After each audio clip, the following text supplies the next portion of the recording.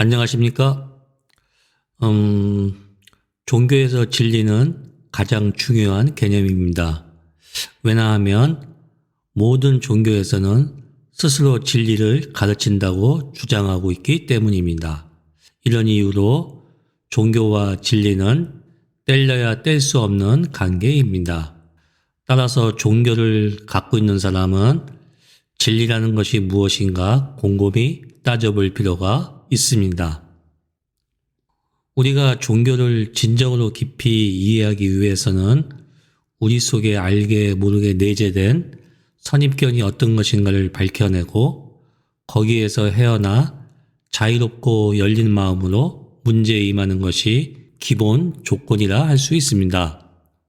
왜냐하면 이 선입견 때문에 현상을 각각의 주관에 따라 다르게 보거나 또 왜곡되게 보게 하거나 의식하게 하기 때문입니다.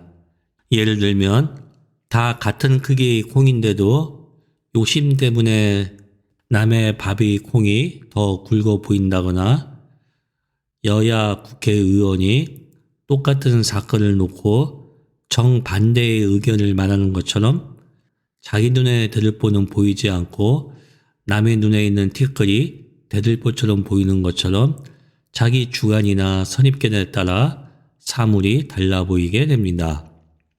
또 한 가지는 무감각입니다. 화장실에 가면 악취가 처음에는 고약하지만 점점 시간이 흐르면 그 악취에 무감각해지는 것처럼 각종 불이나 뻔뻔함에 무감각하여 고약한 악취의 냄새를 못 맡는 경우입니다. 그래서 진리를 보기 위해서는 무감각과 주관적 선입견에서 먼저 벗어나는 열린 마음이 필수 조건이라 할 수 있습니다. 진리를 알지니 진리가 너희를 자유케 하리라는 예수님의 말씀은 정말이지 좋은 말씀이지요. 자유롭게 하는 진리, 진리에 의한 자유. 이것이 우리가 종교를 갖는 근본 이유고 우리가 최종적으로 이루어야 할 목표이고 이상이기 때문입니다. 2000년 전에 로마의 총독 빌라도는 예수님이 십자가에 달리기 전에 진리가 무엇이냐고 예수님께 물었습니다. 이 중대한 질문에 예수는 대답하지 않았습니다. 예수가 대답하지 않는 이유는 무엇일까요? 성경에 기록이 없으니 우리는 알 수가 없습니다. 가짜는 질문이나 대답을 하지 않았나? 아니면 말해봤자 진리의 뜻을 알아들을 수 없는 것을 미리 아셨기 때문에 대답을 안 하셨나? 우리로서는 상상할 수 있는 짐작만 있을 뿐입니다. 하지만 우리는 구약을 통해 진리가 무엇인지 한 가지는 알 수 있습니다. 진리는 말이나 인간이 정한 정의의 대상이 될 수 없고 실제에 있다는 것입니다. 그래서 예수는 침묵을 통해 다음에 있을 십자가 처형이라는 실제가 진리임을 알리기 위해 대답을 하지 않았나 하고 가장 정답에 가까운 추측을 해봅니다. 흔히 진리라고 하면 어떤 주장이나 진술이 거짓이냐 참이냐 하는 문제에 관련된 무엇이라 생각합니다. 이를 헬라적 사고방식이라 하고 오늘날 보편적으로 생각하는 사고방식입니다. 실제 자체는 항상 그대로 있음에도 불구하고 그 실제에 대한 인간의 견해나 보는 사람의 입장에 따라 그때그때 변하기 때문입니다. 예를 들면 대장동이라는 실제, 곧 진리는 변하지 않지만 대장동을 보는 인간의 견해는 보는 사람의 입장에 따라 변하기 때문에 진리라 할 수 없다는 것입니다. 따라서 진리란 실제 자체, 즉 진리를 스스로 꿰뚫어 보는 방법을 터득하는 것이지 실제에 대해 주어진 어느 특정한 말이나 개념이나 교리 같은 설명을 받아들이는 것은 진리가 아니라는 것이죠. 성경은 진리를 말과 관계되는 무엇으로 생각하기보다는 존재 자체, 즉 실제 자체가 곧 진리라 합니다. 예수님의 십자가 처형이 주는 실제가 무엇인지 꿰뚫어 보는 것이 진리이지 십자가 처형에 대한 교리적 설명이나 개념은 진리가 아니라는 것입니다. 예를 들면 보혈이니 우리 죄를 위해 대신 죽으신 등과 같은 것은 십자가 처형에 대한 교리적 설명이지 진리가 아니라는 것이죠. 예수의 십자가 죽음인 실제 자체가 진리가 되려면 그 죽음의 실제가 나한테도 실제가 돼야 진리가 된다는 것입니다. 실제 그 자체를 봄으로써만 참 자유가 얻어진다는 뜻입니다. 진리의 길은 실제에 대해 이미 주어진 설명이나 관념에 만족하지 않고 새로운 차원, 더 깊은 차원의 실제를 발견하도록 우리의 마음을 열어놓는 열림의 길입니다. 그저 덮어놓고 믿으라고 하는 경우가 많은데 예수님이 그 당시에 유대 전통이나 종교 지도자들이 가르쳐주는 것을 모두 당연한 것으로 여기고 그저 덮어놓고 믿으셨다면 글쎄요, 역사가 어떻게 바뀌었을까요? 예수님의 십자가 처형이라는 역사적 실제를 수많은 사람이 진리임을 깨달았기 때문에 역사는 진보하였습니다. 루터가 그 당시 교회의 비리를 보고 당연한 것으로 여기고 눈 감았다면 종교 개혁으로 인한 지금의 개신교가 과연 있었을까요? 이처럼 우리의 마음을 열어놓는 것이야말로 실제 진리에 접근하는 방법입니다. 그렇습니다. 이것이 기독교가 말하는 진리인 것입니다. 말장난에 속지 않고 세뇌당하지 않고 부단히 열린 마음으로 실제를 향해 실제를 확인하려는 그 길을 진리라 하는 것입니다. 실제를 향해 진리를 확인하려는 여정의 길이 없다면 누구나 다 같은 설명을 받아들인다면 모든 사람이 같은 생각, 같은 행동, 같은 규범, 같은 목적을 가지고 산다면 질서 있는 사회라 볼 수 있겠죠.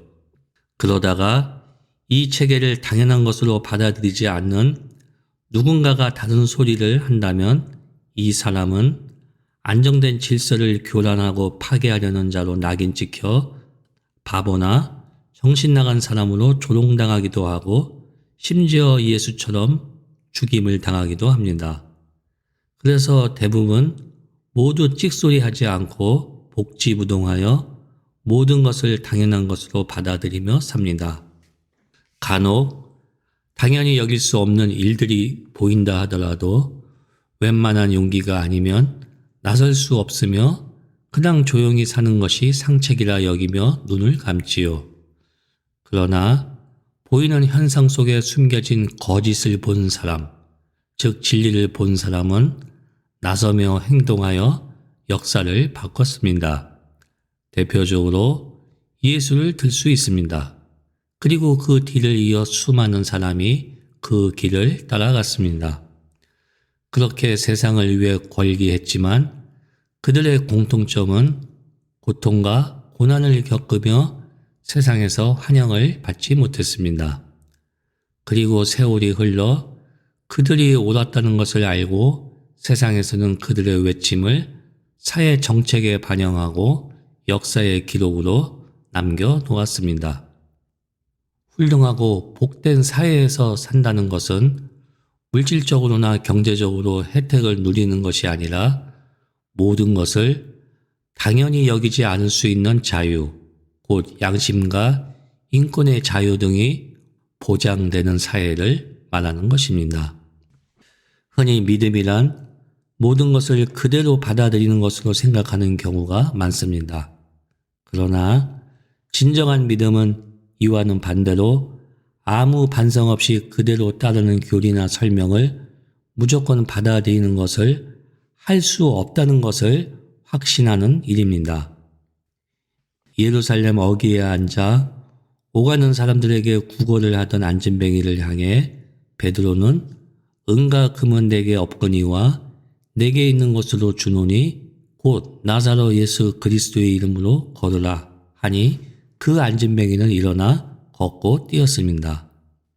그 안진뱅이가 갑자기 일어나 걸을 수 없다는 보편타당한 진리를 당연한 것으로 여겼더라면 그 안진뱅이는 코웃음을 치며 그 자리에 그대로 앉아 있었을 것입니다. 그러나 그 안진뱅이는 일반적인 정서를 깨고 예수 그리스도의 이름을 의지해서 박차고 일어났습니다. 바로 이것이 참된 믿음입니다. 그렇지요. 예수를 의지하고 내가 일어난 것입니다. 베드로가 그를 일어나게 한 것이 아니라 내가 일어난 것입니다. 안진뱅이는 예수의 십자가 처형이라는 실제적인 사건의 본질을 꿰뚫고 예수를 의지하고 본인이 일어난 것이죠. 무감각과 선입견을 깨고 나온 것입니다. 진리를 깨우친 것이죠. 종교는 실상을 보게 하는 것이지 신기루 같은 허상을 가리키는 것이 아닙니다. 우리에게 허상에 매여 있기를 강요하는 믿음은 죽은 믿음입니다. 즉 진리를 배제한 믿음은 죽은 믿음인 것입니다. 진리의 길은 산을 오르는 것과도 같습니다. 산을 오르기 전에는 눈앞에 보이는 나무와 풀만이 전부인 줄 알고 그것만 주장하지만 점점 높이 올라가면 갈수록 시야는 점점 넓어져서 저 너머의 강도 보이고 호수가 있는 것도 보이고 더 멀리로는 바다가 있는 곳도 섬이 있는 것까지도 알게 됩니다. 점점 높이 올라갈수록 새로운 것, 실상의 새로운 측면을 발견하게 되는 것입니다. 이처럼 이전에 가졌던 좁은 소견, 한정된 시야에서 얻은 한정된 생각, 일방적인 견해, 또 모든 선입견들을 하나하나 비워버리는 과정의 연속입니다. 옛것을 버리고 새것을 입는 것이죠. 과거에 대해 죽고 새것에 대해 부활하는 부활의 체험이기도 합니다. 이렇게 성장하도록 열어놓음이 진리의 길입니다. 사도 바울이 말했던 신앙은 믿음의 경주라는 말과 같은 맥락입니다. 종종 구원의 확신이라는 말과 초심으로 돌아가자는 말을 많이 하는데 이는 미신과 같은 맹종을 강요하는 것과 같으며 처음 열성대로 감격만 하라는 것은 모순이며 자기 당착일 뿐입니다. 예를 들어서 서커스를 보여주고 돈을 받는 사람은 돈 받는 재미 때문에 한 달이고 몇 년이고 할 수 있을 뿐만 아니라 자꾸 와서 구경하라고 권면할 수 있지만 구경하는 사람으로서는 같은 서커스를 내내 보면서 계속 감격하고 계속 박수를 보낼 수는 없는 것이죠. 차라리 다른 서커스를 보든지 서커스에 호기심을 갖고 연구를 하여 서커스에 대한 새로운 사실을 계속 발견해 나가는 것이 바람직한 일일 것입니다. 참 목자는 계속 한자리에서만 양을 먹이지 않습니다. 양들이 풀을 다 뜯어 먹었으면 풀이 있는 데를 찾아 인도합니다.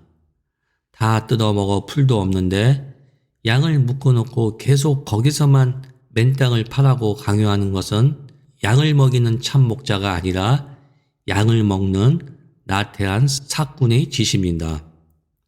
끊임없는 탐구와 구도의 길을 제시하지 않고 어느 한 면만 외치면 절대적인 것을 주장하면서 사람을 붙들어 놓는 것은 엄격한 의미에서 올무일 뿐입니다. 예수님의 경우는 어떻습니까? 제자나 어머니마저도 예수님의 속마음, 깊은 뜻을 헤아릴 수가 없었습니다. 이제 고난의 길, 수모의 길, 현극의 길을 선언하고 죽음을 맞으러 예루살렘으로 가는 길인데도 제자들은 누가 더 크냐며 서로 다투며 자리를 탐하는 부귀와 지위에 정신이 발려 있었습니다. 예수님은 주위에 있는 모두가 이해해주지 않는 이해할 수도 없는 고독의 길을 걸으셨습니다. 남이 알아주지 않아서 슬픈 것보다 남이 알지 못하는 것을 더욱 안타까워했습니다. 나의 멍에는 가볍다는 것, 내가 쉼과 자유를 주겠다는 것도 모르고 아직도 무거운 짐을 진 채 자신을 거절하는 예루살렘 도성을 바라보며 안타까워 우셨습니다. 우리가 가져야 할 믿음은 우리에게 허상을 버리고 실상을 찾도록 도와주는 실제, 즉 진리를 찾아가는 여정입니다. 허상의 허구성을 보여주고 실상으로의 길을 가르쳐주는 믿음, 이것이 기독교가 말하는 진리의 종교이고 그래서 생명의 종교라 하는 것입니다. 감사합니다.